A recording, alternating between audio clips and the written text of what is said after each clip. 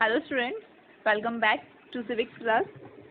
In the previous video we have already started with chapter 2 of civics, what is federalism. We have defined federalism and we have seen what are the differences between unitary form of government and federal form of government. Today we are going to start with the key features of federalism. As we have been studying always about whatever concept we study the features. As we in class 9 we have studied what are the features of democracy. We saw that what features should be there, so that we call any government as democratic. So we said that leaders should not play dirty tricks, then there should be elections regularly, then every time leaders should get, the ruling party should get fair chance to lose the elections and others should get fair chance to win the elections, then one person, one vote, one value, etc. So in the same way, what all conditions are there for any of the government to be called federal form of government. Okay, so we are going to start with this. First is there are two or more levels or tiers of the government. It is very important that, as we have said, that in unitary form of government it is not necessary that there are other levels of government. It can be only central government, but for federal government it is necessary, or you can say it is mandatory, that there should be two or more levels of government or tiers of government. Okay, otherwise we cannot call any country as democratic. This is the most important rule for federalism, because federalism exists then only if there are levels of government, because the definition of federalism is that only where power is shared among different levels of government. So it is very basic rule to any federal country that there needs to be two or more levels of government. Second, different tiers of government govern. Tiers, you can also say levels of government. They govern the same citizens, but each tier has its own jurisdiction in specific matters of legislation, taxation and administration. Now to understand this, we can just take example of, such as we are right now living in Gujarat. Okay, so now living in Gujarat, we are we are ruled by the central government also. At the same time, we are ruled by the Gujarat state government also. Okay, so both the governments, they rule the same citizens, central government also and the state government also, because central government, whatever rules they make, they are made for the entire nation, and then at the same time same citizens, they are ruled by their own state governments also, right? As right now, during this lockdown, each and every state, they have their own different rules and regulations regarding lockdown, what relaxations to be given and all. Few guidelines are given from the center, which needs to be followed everywhere. At the same time, there are other guidelines from the particular state government also, that also needs to be followed, but in that particular state only. Okay, so if I am living in Gujarat, I have to follow the guidelines of Gujarat government also, but as a citizen of India, whatever guidelines are given by the central government, that also I need to follow. Okay, so both the governments, they rule the same citizens. Okay, but their jurisdiction in specific matters, they have their different jurisdiction. Jurisdiction I made you understand in last video. It is the area of control. It can be a geographical area also, or it can be in the terms of subject, different kind of subjects. Okay, so here it is the different kinds of subjects, means their subjects are different. Okay, state government subjects means on which subject state government can make law, or in which subjects central government can make law. Those both subjects are different. Okay, so there are legislation, taxation and administration matters. We will be studying, or you will get the clear idea regarding these different subjects in next video, which will be basically on this only. So for now you understand that different government, both the government, center and state, they rule the same citizens. And now we can take it to the third level also, local government. If we say the gram panchayat in villages or municipalities in cities, then same citizen is ruled by the three levels of government. Living in particular city or village, I am being ruled by that gram panchayat also, and that village is in which state, I am being ruled by that state government also, and that state is in India, so I am ruled by the central government also. Okay, so this is how you can understand that all the levels of government, they rule the same citizens, but their area of control, or their, you can say, on in which way they can control the citizens, or you can say rule citizens, that is different. Third feature, the existence and authority of each tier of government is constitutionally guaranteed. Now this is very important, as in unitary form of government, when we were studying in last video, there we saw that if there are different levels of government in unitary form also, but they get their power from center. Source of the power was central government in unitary form of government, but here in federal form of government, the source of power is constitution. Okay. So the jurisdiction of the respective level or tier of the government, they are specified in the constitution. That what is their jurisdiction? What are the, you can say, matters where central government can make law, or what are the matters where state governments can make law? This is all specified in the constitution. So the existence and authority of each tier of government is constitutionally guaranteed. So means it will exist. There is guarantee that they will have that authority. Okay. Because it is constitutionally guaranteed. There is no, there is no individual who is giving this power to central and state government. There is constitution. Then fourth is, the fundamental provisions of the constitution cannot be unilaterally changed by one level of the government.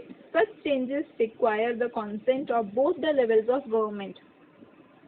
Now, the very basic or fundamental provisions of the constitution, none of the level of government can unilaterally change. Unilaterally means अकेले ही खुद से ही change नहीं कर सकते हैं, right? Why? To understand this, for example, we can say that we say that state governments also get their power from the constitution. Now, what if the central government will change the constitution, right?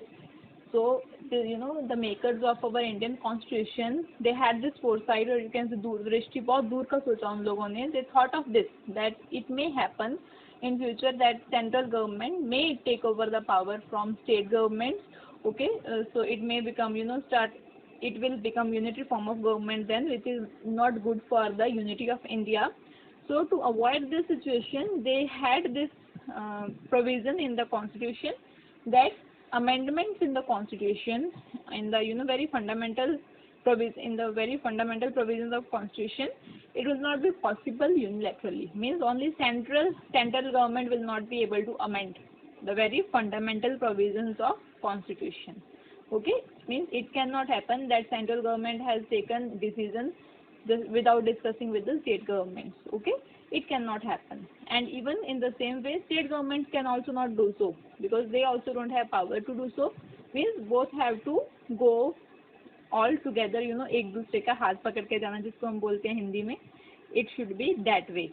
Okay, constitution cannot be changed unilaterally by any of the level of government. Such changes, they require the consent of both the levels of government. Okay. So no one, there is no need to get insecure that my power will be taken, or any state government need not to be insecure that the powers of this state, they are being taken or used by the central government, or central government also need not to be insecure that states are becoming more powerful than center. It cannot happen, because they are both getting their powers from the constitution. It is guaranteed by the constitution, and they have their different jurisdiction, right? Their matters are different. So fifth is, courts have the power to interpret the constitution and the powers of different levels of the government. Now courts, what kind of role is played by judiciary courts? It is like the same role as in cricket, the role is played by the umpire, right? So many a times we have seen that sometimes when the umpire on the ground, they are not able to give the decision, right? Or you can say when the players, they don't have faith on the decision of the umpire on the ground, then the third umpire decision, it is awaited, right? They look for the decision of third umpire. Okay, in the same way, judiciary works in the same way. Whenever there are any conflicts between the central or state government, in this time or at that time, judiciary interprets the constitution Okay, judiciary solve the conflicts or the differences between both the levels of government. Or what do we mean by the word interpret? Interpret means to explain something or to give the meaning. Okay, so courts have the power to interpret the constitution and the powers of different levels of government. Means court will tell, judiciary will tell that what are the matters under central government or what are the matters under the state government. Okay, means it will be explained by court. Okay, because it is said that the Supreme Court is the highest or most supreme interpreter of the constitution. Okay, so the language written in the constitution, it is very legal language. It might happen that every politician may not understand that. Okay, so the highest interpreter of the constitution is the Supreme Court. It will only interpret or explain to the government that what are the powers of central government or the state government. Then the highest court acts as an umpire if disputes arise between different levels of the government in the exercise of their respective power. Many times we will be seeing in this chapter only, sometimes there are conflicts between the central and state government. In this case, then judiciary has to interpret the constitution, or you can say judiciary sometimes solve the issues between both the levels of government. Then sixth, sources of revenue for each and every level of government are clearly specified to ensure its financial autonomy. Now, if we keep everything aside, the main thing that why these leaders are also there in government, right? It is revenue, taxes. Okay, so because without money, without these resources, without revenue, without taxes, no government will run, right? No, none of the leaders will be able to run the government. It is impossible, right? So from where they will get that money or get that revenue? So those sources, they are specified by the constitution, that what will be the sources of revenue, means sources of income or sources of taxation for central government, or what will be the sources of revenue for state government. It is clearly specified so that no issues arise between both the levels of government regarding its income or regarding its taxes or revenue. Okay, so that you might have heard these days during coronavirus.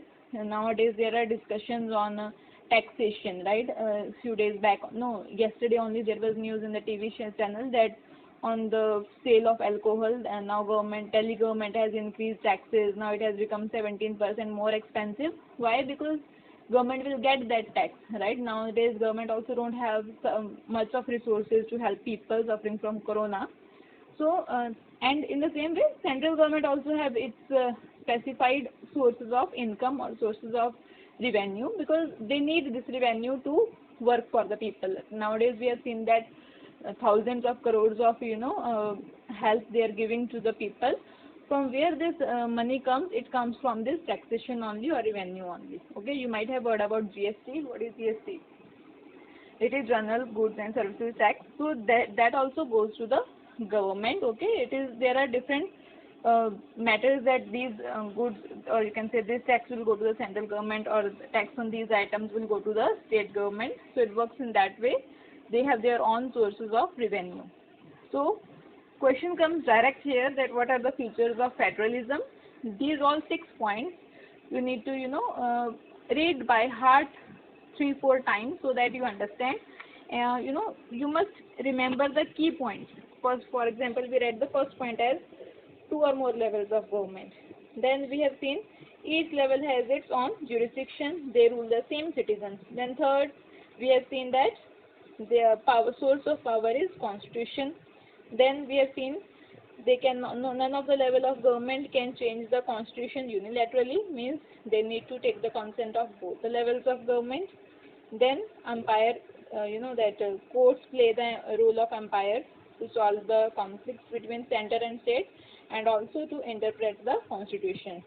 Then sixth, we have seen sources of revenue are different for both, or you can say they are specified for both the levels of government. Okay, so these all 6 features of federalism, they should be on your fingertips. Okay, because question directly comes here. If you write all these 6 points the same way and you explain a bit, then no one is going to cut even half mark of yours. Then last, the federal system has dual objectives to safeguard and promote the unity of the country, accommodate regional diversity. Now, the federal system has two objectives. That why any of the country follows federalism. It has two objectives. First is to promote the unity of country. How unity? Because we have seen in the case of Sri Lanka, where they did not share power, so we saw what happened there, right? There a civil war happened there, and also it is not good for the unity of country. Then this way, when the states will not have power, then they may feel, that we are being ruled by center dominates, then they may declare war against center, or they may get independence, they may declare themselves as independent. So it is very, that important for central government, or you can say any of the country, to share power between center and state, so that the unity of the country remains safe. Then second is accommodate the regional diversity. Regional diversity means, as we have already said, that different geographical areas in country, they have their own specific needs of the, it can be geographical needs also, or it can be people living in that area, they have their own culture, their own customs, right, their own needs, so